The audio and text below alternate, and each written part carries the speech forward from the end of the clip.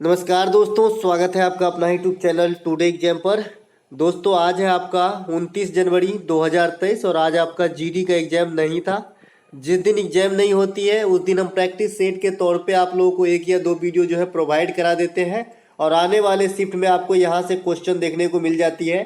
आशा करते हैं कि इस वीडियो से भी आपको क्वेश्चन देखने को मिल जाएगा। तो चलिए दोस्तों शुरू कर लेते हैं। सभी एक्स्ट्रा फैक्ट के साथ पढ़ेंगे जैसा कि हम पहले से ही पढ़ाते आए हैं, ताकि आप लोगों को जो कोई भी एग्जाम आप आगामी समय में देंगे तो आपको अधिक से अधिक फायदा जो है मिल जाए। तो चलिए शुरू करते हैं। पहला प्रश्न है हमारा, किस संवैधानिक संशोधन के द्वारा गोवा को एक राज्य का दर्जा दिया गया था। देखिए गोवा जो है ये 1510 ईस्वी में जो है इसे अधिकृत कर लिया गया पुर्तगालियों के द्वारा और 1961 में जो है इसे रिलीज करवाया गया। ठीक है, इससे पहले आज़ादी कब मिल गई थी? 1947 में, लेकिन गोवा पे जो है विदेशियों का शासन बना रहा। 1961 में हम इसे रिलीज कराए तो 56वां संविधान संशोधन के द्वारा गोवा को एक राज्य का दर्जा दिया गया। ठीक है, गोवा जो है आपका महाराष्ट्र के सटे हुए तटीय राज्य है और ये सभी भारतीय राज्यों में क्षेत्रफल के हिसाब से सबसे छोटा है ना। ये बात ध्यान रखेंगे। यहाँ का कुछ त्योहार वगैरह जो है याद दिला देता हूँ। सिमगो है, इसके बाद आम्र फेस्टिवल है, इसके बाद जो आपका साओ जोजाओ इस प्रकार का त्योहार का नाम है, ये भी आपका गोवा में ही होता है। प्रमोद सावंत मुख्यमंत्री है, पिल्लई जी वहाँ के राज्यपाल है। भगवान महावीर अभयारण्य गोवा में स्थित है। गोवा का साक्षरता रेट जो है इंडिया में तीसरा सबसे अधिक साक्षर राज्य है। ये सब बात ध्यान रखेंगे। ठीक है, इसके अलावा कुछ संविधान संशोधन देख लीजिए जो आपके एग्जाम में बार बार छपते हैं। 86वां संविधान संशोधन ये 2002 में होते हैं। ये शिक्षा से संबंधित है आपका, और ये शिक्षा से कौन सा शिक्षा? जो 6 से 14 वर्ष तक के बच्चों के लिए निःशुल्क शिक्षा लेना मौलिक अधिकार है और पेरेंट्स को दिलाना मौलिक कर्तव्य है। तो दोनों ही चीज है। ये आपका जो 2002 में हुआ था। 52वां संविधान संशोधन ये आपका कब हुआ था? 1985 में हुआ था और ये आपका दल बदल से संबंधित है ना। इसके बाद 61वां संविधान संशोधन ये जो है आपका मतदान की उम्र 21 वर्ष से घटा के जो है 18 वर्ष किया गया था। 73वां संविधान संशोधन अधिनियम ये बना था आपका 1992 में। ठीक है, और ये पारित हुआ था 1993 में, वो भी 24 अप्रैल को। इसीलिए 24 अप्रैल को पंचायती राज दिवस के रूप में मनाते हैं और ये पंचायत राज से संबंधित जो है संशोधन था 73वां। इसके बाद 101वां संविधान संशोधन। 101वां संविधान संशोधन काफी बार एग्जाम में पूछा गया है, 73वां भी पूछा गया है। 101वां जो है ये आपका जीएसटी से संबंधित है। जीएसटी इंडिया में 2017 के दौरान लगाया गया था 1 जुलाई 2017 को। जीएसटी का फुल फॉर्म होता है गुड्स एंड सर्विसेज टैक्सेस। इसके अलावा जीएसटी जो है किस प्रकार का कर है? तो अप्रत्यक्ष कर का उदाहरण है। आपके संविधान में जीएसटी से संबंधित जो आर्टिकल है 279 का ए बनाया गया है, वहां पे जीएसटी की बात रखी गई है। इसके बाद जीएसटी परिषद के अध्यक्ष कौन होते हैं? तो भारत के जो वित्त मंत्री होते हैं ये आपका जीएसटी परिषद के अध्यक्ष होते हैं, जो वर्तमान में निर्मला सीतारमन है। इसके अलावा जीएसटी जो है मैक्सिमम इंडिया में लिमिट रखा गया है, ये आपका 28% रखा गया है। जीएसटी लगाने वाला प्रथम इंडियन राज्य है ये आपका असम है। तो इतनी बात आपको जीएसटी से जरूर याद रखना चाहिए, आपके पॉकेट में होनी चाहिए इतनी इन्फॉर्मेशन। इसके अलावा 104वां संविधान संशोधन ये आपका एंग्लो इंडियन से संबंधित है। जो एंग्लो इंडियन जो है आपका लोकसभा के अंदर 2 गो डिपोट होता था प्रेसिडेंट के द्वारा और राज्य विधानसभा के अंदर 1 गो डिपोट होता था गवर्नर के द्वारा। ये वाला सिस्टम को जो है अब खत्म कर दिया गया है। ठीक है, तो 104वां संविधान संशोधन भी याद रखेंगे। इसके बाद जो संविधान संशोधन का जड़ है 368, जिसके थ्रू जो है संविधान संशोधन किया जाता है, ये कहाँ से लिया गया है? तो दक्षिण अफ्रीका से लिया गया है। आर्टिकल 368 जिससे संविधान संशोधन किया जाता है। एक प्रश्न यहाँ पे, नोंगक्रेम डांस महोत्सव का आयोजन कहाँ पर होता है? देखिए नोंगक्रेम और बलफक्रम, एक बलफक्रम वन्य जीव अभयारण्य है या फिर टाइगर रिजर्व नेशनल पार्क कह सकते हैं, तो ये भी आपका मेघालय में है और नोंगक्रेम भी मेघालय में है। तो इस हिसाब से इसे भी आप पकड़ सकते हैं। नोंगक्रेम डांस महोत्सव जो है ये मेघालय में मनाई जाती है। इसके अलावा बंगला महोत्सव ये भी आपका मेघालय का प्रमुख त्योहार है। मोपिन सोलुंग महोत्सव जो है ये आपका अरुणाचल प्रदेश में मनाया जाता है। ठीक है, साथ ही साथ लोसार भी मनाया जाता है आपका अरुणाचल प्रदेश में। तो ये तीनों अरुणाचल प्रदेश में याद रखेंगे, मोपिन, सोलुंग और लोसर। ठीक है, बांग्ला महोत्सव, नोंगक्रेम डांस फेस्टिवल ये सब आपका जो है मेघालय में है। मेघालय में एक स्थान है मासिन राम। मासिन राम में सबसे अधिक जो है आपका वर्षा होता है मासिन राम में। ठीक है, इसके अलावा लोसार और सागादावा ये आपका सिक्किम में है। लोसार नहीं, लोसांग होगा सिक्किम में। सिक्किम में होता है लोसांग। और लोसार जो होता है ये आपका लद्दाख, अरुणाचल प्रदेश और हिमाचल प्रदेश तीनों जगह हो सकता है लोसार। लोसांग होता है सिक्किम में, लोसांग और सागादावा।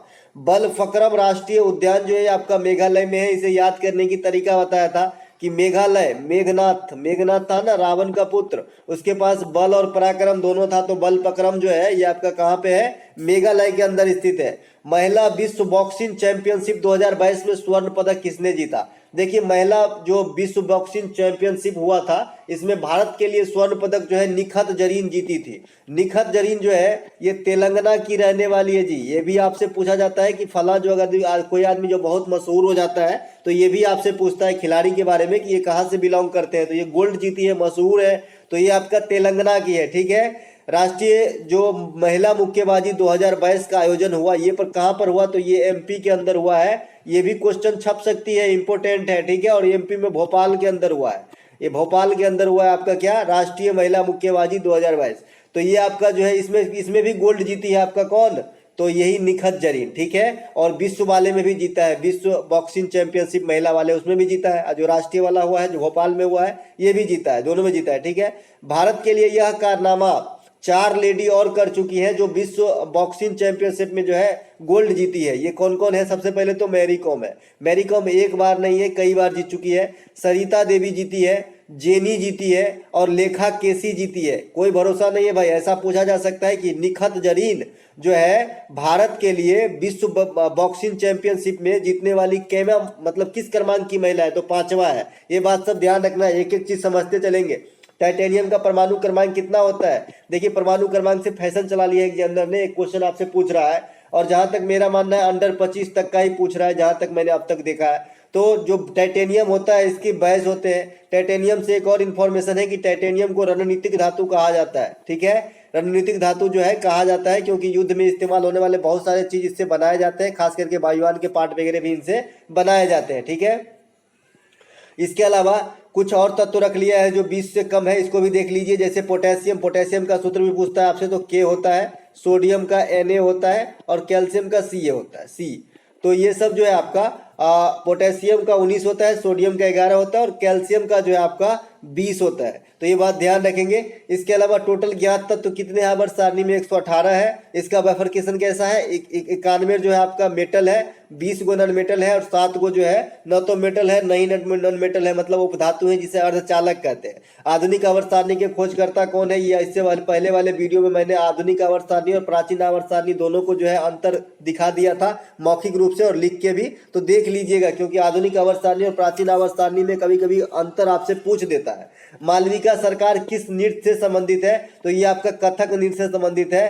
कथक कहाँ का नृत्य है? ये उत्तर भारत का नृत्य है। इनसे संबंधित जो और कैरेक्टर है ये आपका बिरजू महाराज है, लच्छू महाराज है, सुखदेव महाराज है। इसके बाद बिंदादीन महाराज है। मैंने ऐसा टटोला है कि जो भी महाराज वाला है 90% केस में कथक नृत्य ही करते हैं। मैंने देखा है कि जो भी महाराज वाला कैरेक्टर है वो 90% जो है आपका कथक नृत्य ही करते हैं। ठीक है। ये सब ध्यान रखेंगे। तो इसके अलावा सितारा देवी है, चंद्रलेखा है, ये सब भी आपका क्या है जो कथक से ही संबंधित है। तो मालविका सरकार को याद रखेंगे। इसके बाद जो भी महाराज वाला आएगा लगभग कथक है। 90% अगर आता है तो बहुत अच्छी बात है, एग्जाम में नहीं आता है तो क्या करोगे, है ना। तो अगर महाराज वाला है तो आपको जो है कथक टिक करके आना है। ठीक है। इसके अलावा भरतनाट्यम के कुछ देख लीजिए जो आपका इस बार के CGL में पूछा गया था। ये क्या कहा गया? टी बाला सरस्वती पूछा गया था CGL में। ठीक है। और यामिनी कृष्णमूर्ति तो पता नहीं कितने बार पूछे गए हैं। तो भरतनाट्यम जो तमिलनाडु का डांस है और ये भी शास्त्रीय डांस है। इसमें यामिनी कृष्णमूर्ति, टी बाला सरस्वती, मृणालिनी साराभाई, पद्मा सुब्रमण्यम, रुक्मिणी देवी अरुणडेल, ये SSC फेज 10 में पूछा था रुक्मिणी देवी अरुणडेल को और MTS में भी पूछा था। ठीक है। तो भरतनाट्यम और कथक और अभी कुचिपुड़ी का भी चला है, पद्मा रेड्डी, राजा रेड्डी, ये सब जो है कुचिपुड़ी का है। तो जो ट्रेंड में है उसे देख के जाए। शास्त्रीय नृत्य आपके 8 होते हैं, ये भी आपको ध्यान रखना है। इससे भी काफी कुछ जो है आपका सॉल्व हो जाता है ना। इटाई रोग जो है किससे फैलता है? देखिए इटाई रोग जो है कैडमियम से फैलता है। ठीक है। इसके अलावा मिनी माता रोग जो है पारा से फैलता है। जरूरी नहीं है कि सब जो है हार्ड ही क्वेश्चन पूछा जाए, कुछ जो है जो चलती आ रही है क्वेश्चन सदियों से, वो भी पूछा जा सकता है और पूछा जा रहा है, ऐसा बात नहीं है। ठीक है, तो इटाई इटाई रोग जो है आपका कैडमियम से होता है। मिनी माता जो होता है ये पारा से होता है। एक रोग होता है जिसका नाम है ब्लू बेबी सिंड्रोम, खास करके बच्चों में हो जाता है। ये नाइट्रेट युक्त जल पीने से होता है। अगर जल में नाइट्रेट यानी नाइट्रोजन की मात्रा ज्यादा है जो नाइट्रेट का रूप ले लेता है, अगर यही जल पी लेता है आदमी तो ब्लू बेबी सिंड्रोम हो जाता है। ठीक है, इसके अलावा एक पटाव सिंड्रोम भी होता है। और दूसरा चीज है मधुमेह इंसुलिन की कमी से होती है। इंसुलिन जो है आपका कहाँ से निकलता है शरीर में, तो अग्नाशय से निकलता है। अग्नाशय जिसे अंग्रेजी में पंक्रियाज कहते हैं, ये मानव शरीर की सबसे बड़ी मिश्रित ग्रंथि है। मिश्रित ग्रंथि क्या होती है मैं पहले ही समझा चुका हूँ। जो अंतःस्रावी और बहिःस्रावी दोनों का काम करता है उसे मिश्रित ग्रंथि कहते हैं। और अंतःस्रावी और बहिःस्रावी क्या होता है ये भी मैं समझा चुका हूँ। सलाइन चढ़ाने वाली जो बात है वहां से कि एक डायरेक्ट इंजेक्शन देते हैं और एक सलाइन के अंदर दवाई डाल के इंजेक्शन देते हैं, तो वहां से मैं समझाया था कि अंतःस्रावी और बहिःस्रावी क्या होता है। ठीक है, इसके अलावा जो इंसुलिन की खोज करता है ये आपका बेंटिंग एवं बेस्टा महोदय है, तो इसे भी ध्यान रखेंगे जो है। ठीक है, इसके अलावा स्कर्वी जो है आपके विटामिन सी के कमी से होती है। विटामिन सी को स्कर्विक एसिड भी कहते हैं और इसके कमी से जो है स्कर्वी रोग होता है। स्कर्वी रोग में क्या होता है मसूड़े से खून वगैरह आने लगते हैं। इसके बाद बेरी बेरी जो है विटामिन B1 के कमी से होती है। विटामिन B1 को हम थायमीन भी कहते हैं। इसके अलावा रिकेट्स जो है विटामिन डी के कमी से होता है। विटामिन डी को हम कैल्सीफेरॉल कहते हैं। क्या कहते हैं, कैल्सीफेरॉल कहते हैं। आपके सवेरे का जो धूप होता है उसमें विटामिन डी होता है, इसीलिए आप छोटे बच्चे को देखते होंगे गांव घर में कि सवेरे सवेरे का जो धूप होता है उसमें छोड़ दिया जाता है ताकि उसकी हड्डी में मजबूती आए, उसे विटामिन डी मिले। टेस्ट क्रिकेट के सभी 10 विकेट लेने वाले खिलाड़ी कौन है, देखिए एजाज पटेल जो है इतिहास रचा था अभी कुछ ही दिन पहले। तो मेरा मानना है कि यहाँ से भी हो सकता है कि एक झलक एग्जामिनर यहाँ भी मार दे कि भाई इनमें से कौन जो है 10 विकेट लिए हैं, इनमें से तीनों में से कोई एक नाम रहेगा या फिर तीनों नाम रहेगा, चौथा कोई एक रहेगा कि कौन नहीं लिए हैं, है ना।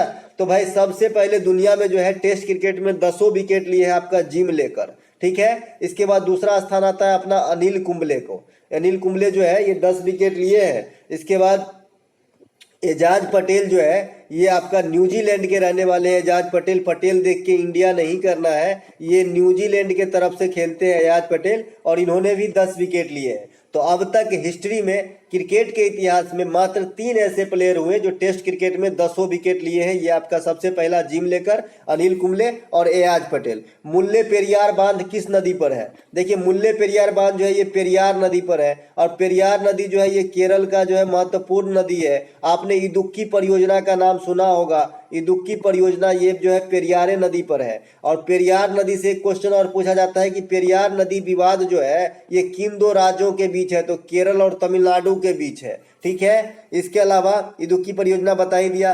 कबड्डी में कितने खिलाड़ी होते हैं, तो कबड्डी में 7 खिलाड़ी होते हैं। फुटबॉल में 11, बेसबॉल में 9, बास्केटबॉल में 5 और वॉलीबॉल में 6 खिलाड़ी होते हैं। ये खिलाड़ी से भी आपको क्वेश्चन काफी बार देखा जा रहा है, तो यहाँ से इतना जरूर याद रखें, आपको क्रिकेट नहीं पूछेगा क्योंकि क्रिकेट के दीवाने बहुत है, सभी जानते हैं। हाँ, क्रिकेट ग्राउंड की जो है ये लंबाई जरूर पूछेगा कि ये जो पिच की लंबाई होती है, दोनों विकेट मान लीजिए विकेट है तो इसके बीच की लंबाई जो पूछी जाती है ये जरूर पूछा जाता है, 22 गज होता है। ठीक है, 22 गज जो है ये बीच की दूरी होती है। इसरो की स्थापना दिवस कब मनाई जाती है, देखिए DRDO की स्थापना दिवस कब मनाई जाती है, इस फॉर्म में क्वेश्चन पूछा जा चुका है। तो इसरो की स्थापना दिवस मनाया जाता है आपको 15 अगस्त को। इसरो की स्थापना आपका 15 अगस्त 1969 को हुआ था। देखिए 1969 को बहुत कुछ हुआ है अगर आप याद रख पाए तो। इसरो की स्थापना हुआ है, सबसे पहले मानव चंद्रमा पे गए हैं नील आर्मस्ट्रांग, बैंकों का राष्ट्रीयकरण हुआ है ना। ये सभी बात आप ध्यान रख सकते हैं, मोटा मोटा चीज 1969 में। ठीक है, इसके बाद दादा साहब फाल्के पुरस्कार की शुरुआत हुई है, ये बात सभी ध्यान रखेंगे। जो भारतीय सिनेमा में सबसे बड़ा पुरस्कार माना जाता है दादा साहब फाल्के पुरस्कार, और जो करंट वाला दादा साहब फाल्के पुरस्कार है ये आशा पारेख को दिया गया है। ये भी आप ध्यान रखें, पता चले कि कल यही क्वेश्चन आ गया एग्जाम में। ठीक है, आशा पारेख को दिया गया लेटेस्ट वाला दादा साहब फाल्के पुरस्कार। शुरुआत होती है आपका 1969 में। पहली बार बैंकों का राष्ट्रीयकरण, 14 बैंकों का राष्ट्रीयकरण 19 जुलाई 1969 को इंदिरा गांधी के समय हुआ था। इसके बाद चंद्रमा पे जो है नील आर्मस्ट्रांग अपोलो 2 यान से जो है आपका कहाँ पे गया था, अपोलो 11 था, ठीक माफ कीजिएगा, वो आपका जो है चंद्रमा पे गए थे। ठीक है, USA के तरफ से। इसके अलावा 15 अगस्त 1969 को जो है इसरो की स्थापना होती है। इसरो की मुख्यालय जो है ये आपका बेंगलोर में है। इसके बाद वर्तमान अध्यक्ष श्री एस सोमनाथ है। और क्वेश्चन पूछने का एक नया तरीका क्या है एग्जामिनर को कि इससे पहले कौन थे, तो भाई सोमनाथ से पहले के सिवन थे, ठीक है, के सिवन। और के सिवन के समय ही चंद्रयान 2 जो है लॉन्च किया गया था। हालांकि ये पूर्णतः सफल नहीं रहा, असफल रहा, लेकिन काफी हद तक सफल भी रहा। के सिवन को इंडिया में रॉकेट मैन ऑफ इंडिया कहा जाता है, ये बात भी ध्यान रखना है। डीआरडीओ के वर्तमान में जो अध्यक्ष है समीर वी कामत है, इससे पहले जी सतीश रेड्डी थे, है ना, तो सभी बात ध्यान रखेंगे। इसके अलावा डीआरडीओ की स्थापना 1 जनवरी 1958 की होती है और इसकी जो हेडक्वार्टर है ये आपका दिल्ली के अंदर स्थित है। नीति आयोग के प्रथम सीईओ कौन थे, तो सिंधु श्री खुल्लर जो है नीति आयोग के प्रथम सीईओ थे। प्रथम उपाध्यक्ष की बात करेंगे तो अरविंद पनघड़िया जो है प्रथम उपाध्यक्ष थे। वर्तमान उपाध्यक्ष की बात करेंगे तो सुमन बेरी है, अध्यक्ष परमेश्वरम है। अगर एग्जामिनर का मूड घुमा और आपसे पूछ ले कि सुमन बेरी से पहले उपाध्यक्ष कौन थे, तो राजीव कुमार थे। इसके अलावा परमेश्वरम साहब से पहले सीईओ कौन थे, तो अमिताभ कांत थे, ठीक है। एक एक बात ध्यान रखना है, आपको आगे से चलना आना चाहिए और पीछे भी चलना आना चाहिए, ठीक है। इसके अलावा स्थापना कब हुआ था, 2015 के मतलब जो स्थापना हुआ था 1 जनवरी 2015 को जगह लिया था योजना आयोग को, और अध्यक्ष जो होता है ये प्रधानमंत्री होता है। 2011 के जनगणना के अनुसार पुरुष साक्षरता दर कितनी है। देखिए लिटरेसी रेट में जो है राज्य से तो सब जगह से लगभग पूछ दिया, समग्र वाला नहीं पूछा है। तो समग्र वाला जो अपना लिटरेसी रेट है ये 74.04% है, 74.04%। इसके अलावा खाली मेल का जो साक्षरता है ये आपका 80.9% है, ये एनसीईआरटी के बुक में कहता है, ठीक है। इसके अलावा जो महिला साक्षरता है ये 64.6% है। सबसे अधिक साक्षरता केरल, सबसे कम साक्षरता बिहार, ठीक है, ध्यान रखेंगे इस बात को।